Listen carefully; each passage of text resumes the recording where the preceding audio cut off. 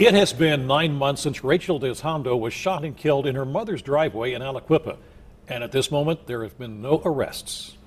Where is the investigation headed, and will someone eventually be charged? KDKA investigator Andy Sheehan has been on the case from the beginning and goes looking for answers.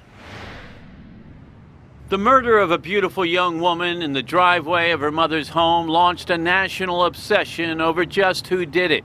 Because although Aliquippa is not a large city, there is no shortage of people with motive. I think there were several suspects, several people of interest that had ill will towards her. When suspicion fell on her former fiancé, Frank Katropa, he took the unusual step of publicly denying any involvement. When you're with somebody for 8 years, that's quite some time, and you just hope to see that they at least get justice to this. And you know, it's a sad case. Others pointed to city officials and the police themselves. Any comment, Detective? No, just no. As Aliquippa became the focus of a still ongoing state grand jury investigating corruption.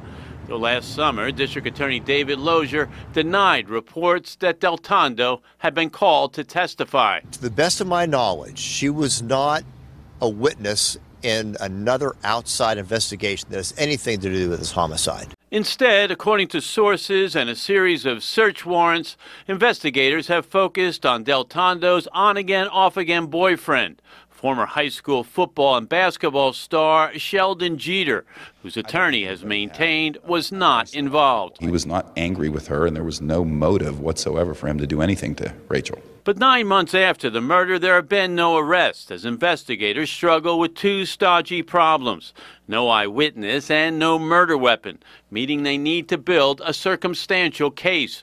We know that detectives have subpoenaed Jeter's phone, taken a swab of his DNA, confiscated some of his clothing, and sent swatches of carpet from his car to a crime lab.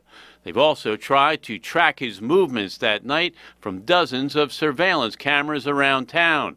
And while declining a camera interview and declining to discuss any potential suspects, District Attorney Lozier told me this month, quote, "We're making progress. We're getting forensic results back.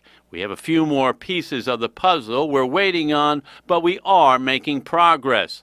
Still, Santa Cola says Jeter has airtight alibi witnesses who have not shifted their stories even after repeated interrogations by investigators. He was with his mother at some time. He was at his house. He was with his friends, doing the things that 19 and 20-year-olds do. And should Jeter be charged, Santa Cola says prosecutors can expect a scorched earth defense. I think that it would be very relevant what everybody else was doing at the time, other people that had motives, things that might have been going on in the police department, things that might have been going on with the victim herself.